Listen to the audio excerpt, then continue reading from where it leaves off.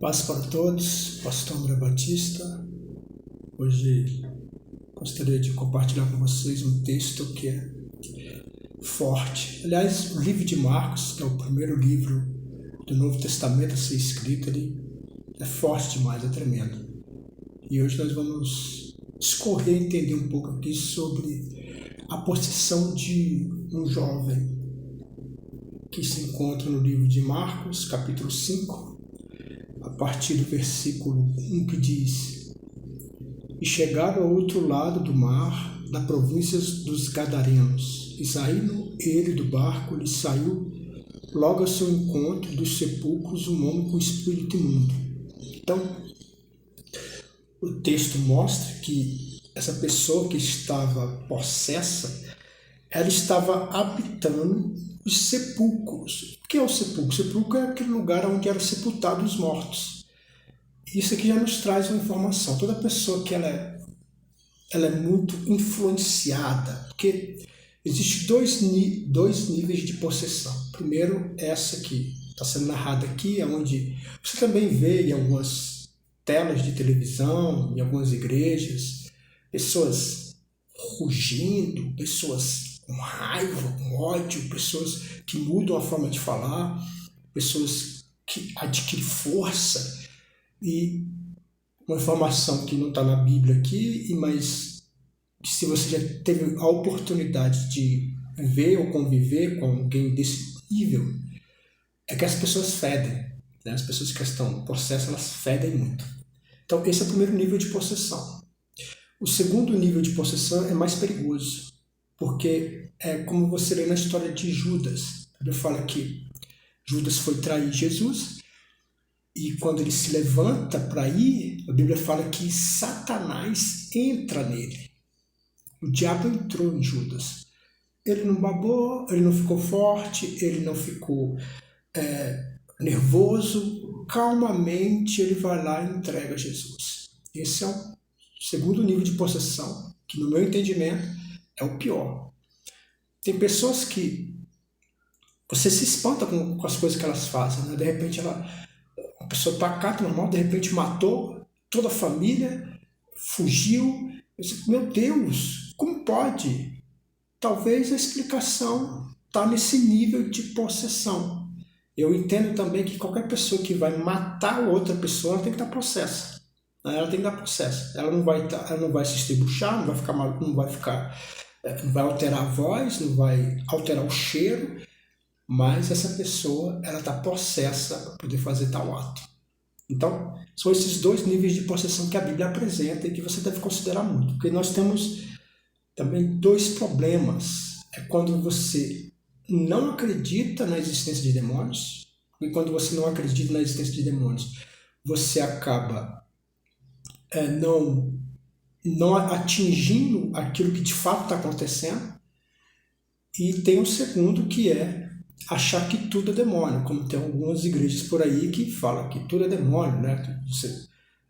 Demônio eles estão até divididos, né? São vários demônios, um para isso, um para aquilo outro, que não é o que a Bíblia diz. Não é o que a Bíblia diz. Mas nós vamos chegar lá. E saindo ele do barco, ele saiu logo ao seu encontro dos sepulcros um homem com espírito imundo, o qual tinha a sua morada nos sepulcros, e nem ainda com cadeias o podia alguém prender. Então, essa pessoa possessa, ela buscou sepulcro, lugares de morte para poder frequentar. Toda pessoa que ela está muito influenciada, porque também tem aquelas pessoas que elas não são possessas, mas são extremamente influenciadas. Então, quando essas pessoas são muito influenciadas, elas vão buscar caminhos de morte. Elas vão buscar lugares onde celebra aquilo que nós chamamos de pecado, né? Que o salário do pecado é a morte. Então, ela vai para lugares onde trazem morte. E também dizer que nada podia prender. São pessoas que querem ser livres de qualquer maneira, querem ter a liberdade de fazer, de acontecer, que ninguém pode questionar.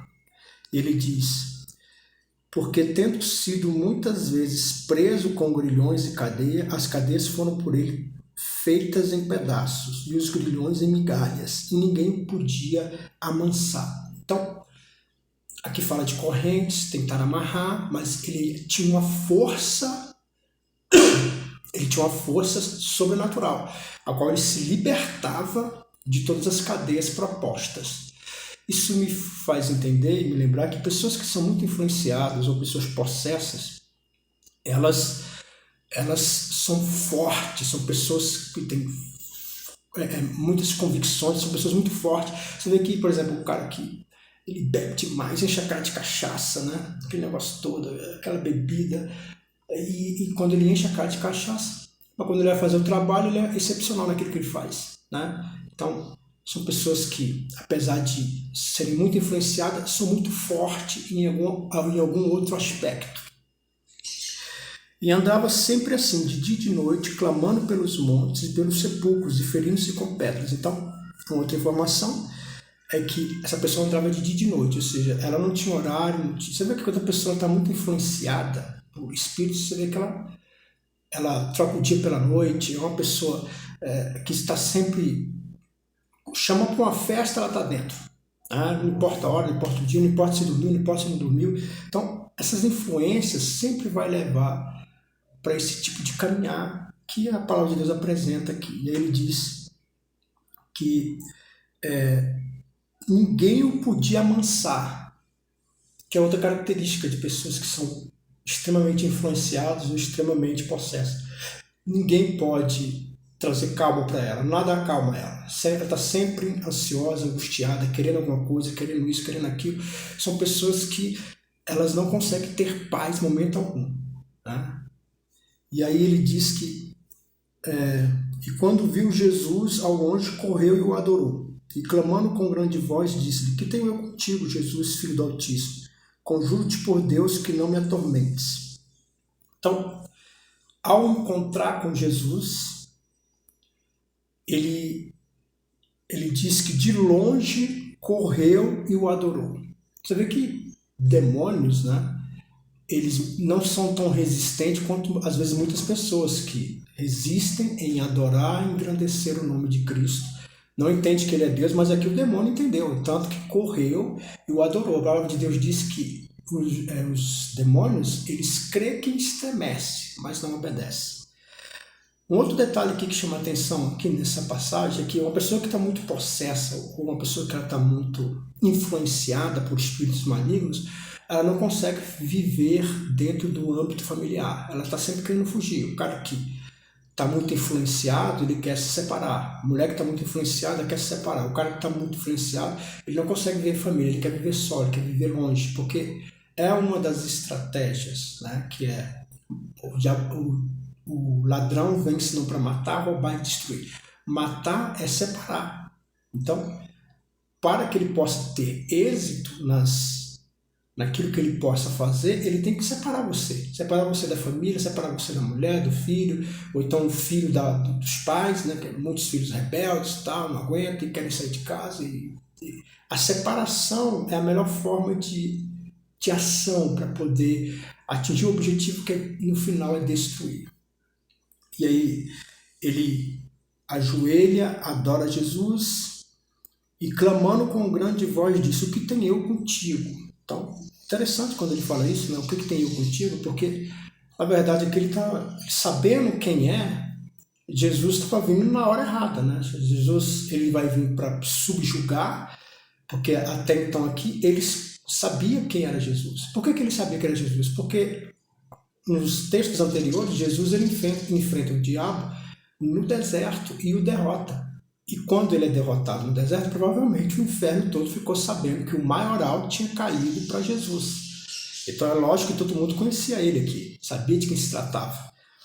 E aí as profecias apontam que Jesus é que vai julgá-los, né? Então eles não entendem porque Jesus estava lá naquele exato momento, não era o tempo do julgamento ainda.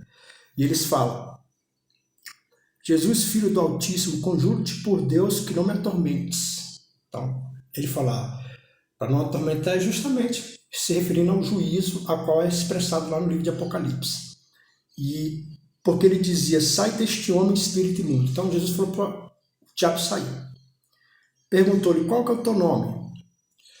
E quando Jesus faz essa pergunta aqui, ele não está incentivando a gente a fazer entrevista com o diabo, como algumas pessoas compreendem. Tanto que depois é relatado no livro de Atos um encontro do apóstolo com o demônio, e ele não faz esse tipo de questionamento, pelo contrário, eles expulsam o diabo. O que Jesus está fazendo aqui é deixando claro de quem que se trata, para você entender qual que é o nível de autoridade. Porque uma vez que ele disse que nós somos legião, ele perguntou, qual que é o teu nome? E ele respondeu dizendo, legião é o meu nome porque somos muitos.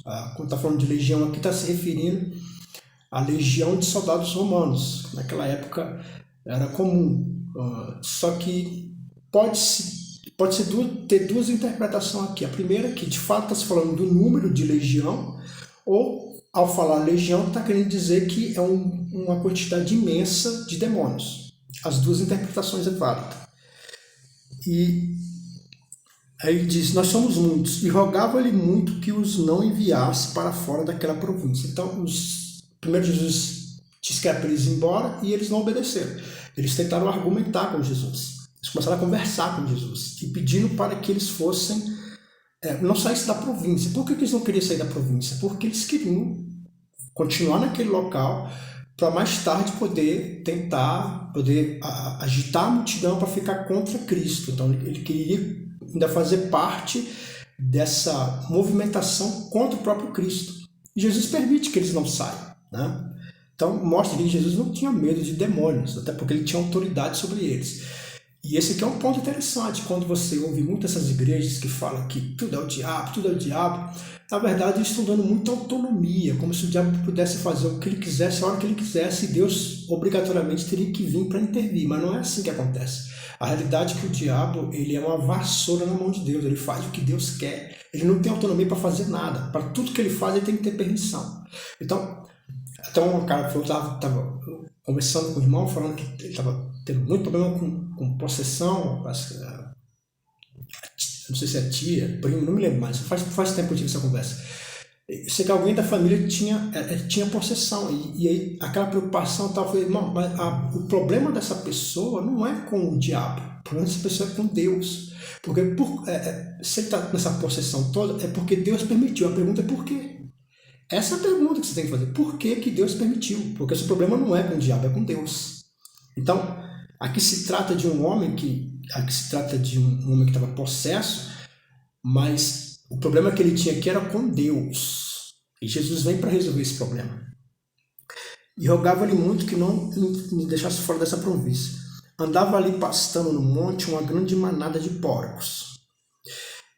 E andava ali pastando uma grande manada de porcos, e todos aqueles demônios lhe rogaram, dizendo, manda-nos para aqueles porcos, para que entremos nele. Então, aqui tem uma revelação interessante, forte, que eu acho.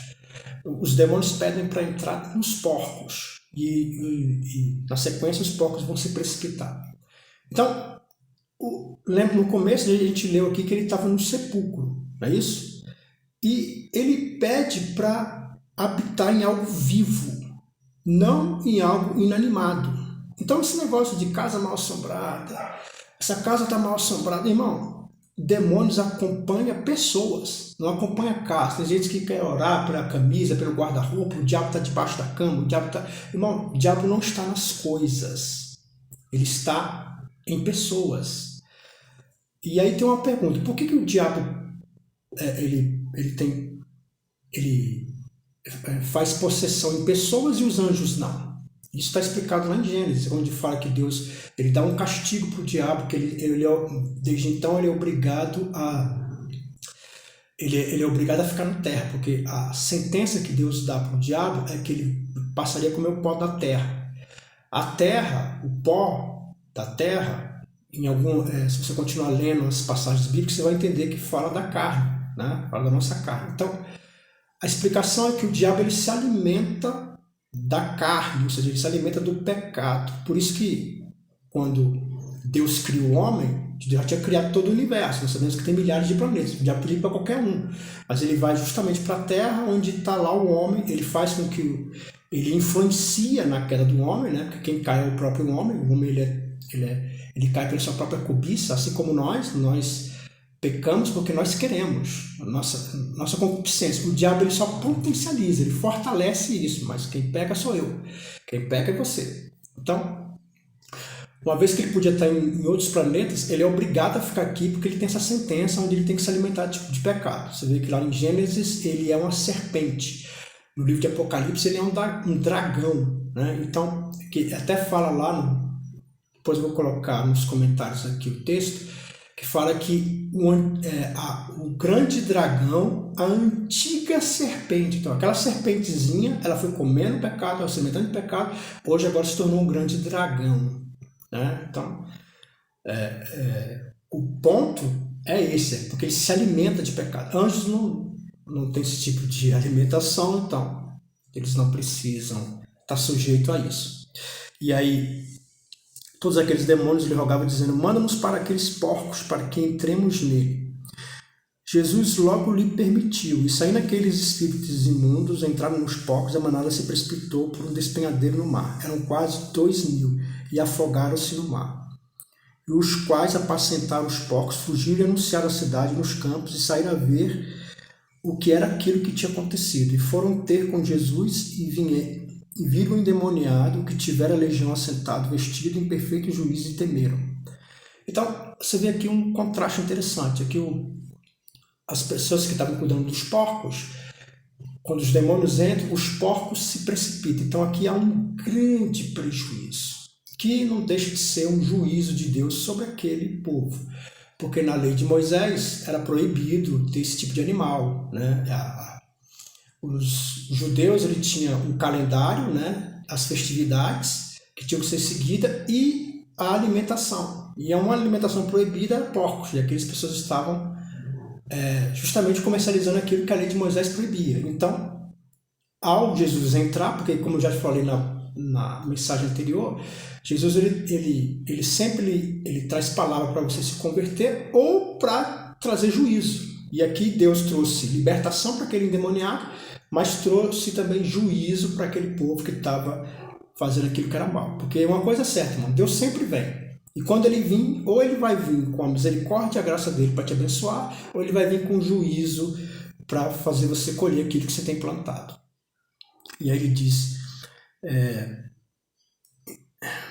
e começaram a rogar-lhe que saísse dos seus termos. Então aqui você vê que Jesus ele não trouxe um benefício para as pessoas. Ele trouxe um malefício, ele trouxe um grande prejuízo. E aí as pessoas pedem que Jesus saia, porque você ouve por aí que Jesus, quando entra na vida de uma pessoa, pelo menos muitas más interpretações de algumas igrejas, que Jesus vem para fazer você ficar famoso, bonito, charmoso, que você venha ter o carro do ano, a casa, Deus vem resolver todos os seus problemas. Mas não é isso que a Bíblia apresenta. A Bíblia apresenta um Deus que ele muitas vezes tira o que você tem e você acaba tendo grandes problemas na vida porque você foi cristão. Assim como a história toda do cristianismo, ela mostra isso, né? Pessoas que optaram, que aceitaram a Cristo, passaram a ser perseguidos, humilhados, perderam tudo. E é isso que muitas vezes Deus acha graça de fazer. O que eu entendo,